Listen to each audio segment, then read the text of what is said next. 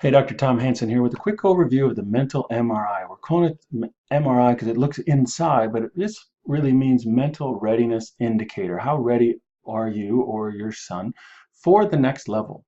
And pretty much baseball is, I hear 80% mental. What would you say? A lot of people say 90% mental, 100% mental, 50%. It's some high percentage. So the key becomes, how do you work on it? How do you work on your mental game? Well, you assess and you train, just like you work on any aspect of your swing, any element of your game. We're all about testing and measuring and then training. It's the same with your mental game, but people don't really realize how to do that. So what does my assessment look at? What does this mental MRI look at? Well, motivators. What motivates you or what motivates your son? There's different possibilities there. And when you know that, you know which buttons to push. You know what to focus on if you understand what motivates a person.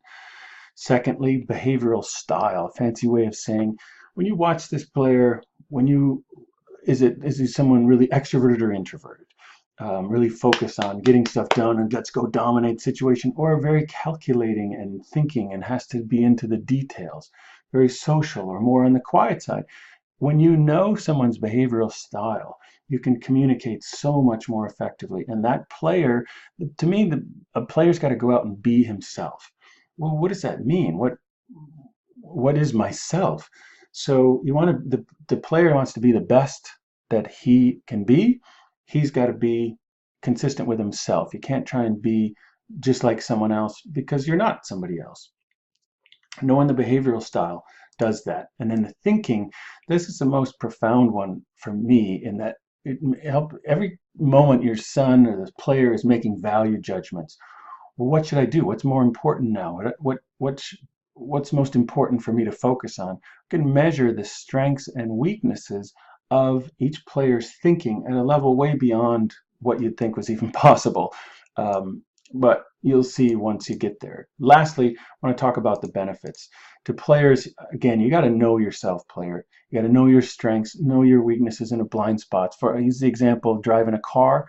Driving a car, you rarely get in an accident because of your blind spot, because you know you have a blind spot. So you know to check it. When you take the mental MRI, you'll know the blind spots that you have. Oh, I got to look out for this. You know, with a player, last one I took, it's like, well, very confident in his future success, but very prone to overlooking details of doing things right. And then as a coach, to know that, when you know something like that, you can know what you most need to help him with in this case. How does this guy think? You know, when you know what motivates a player, you can say, hey, I know that you want to help play. You're really motivated by helping others. So when you're taking a lead off a second, you got to do it right. Here's how you do it. And this will be the most helpful thing to your teammate. Or you'd say, hey, I know you want to be the best. Or I know you want, there are a number of different possibilities. You might teach the same thing about how to lead off a second, but you'll frame it differently based on specifically what customized to each player, what motivates them. And with this behavioral style thing, how to best communicate, boom, boom, boom, boom, like that? Or do you talk more around stuff first? I can give you, you can end up with a strategy for how to communicate with a player um, really well before you even meet them.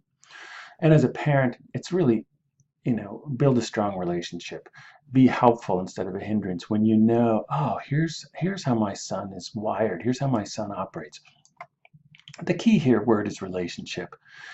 Players having a relationship with himself so that he can be the best player that he can be. Coaching is all about relationship. If you don't have a good relationship, a player doesn't listen to you.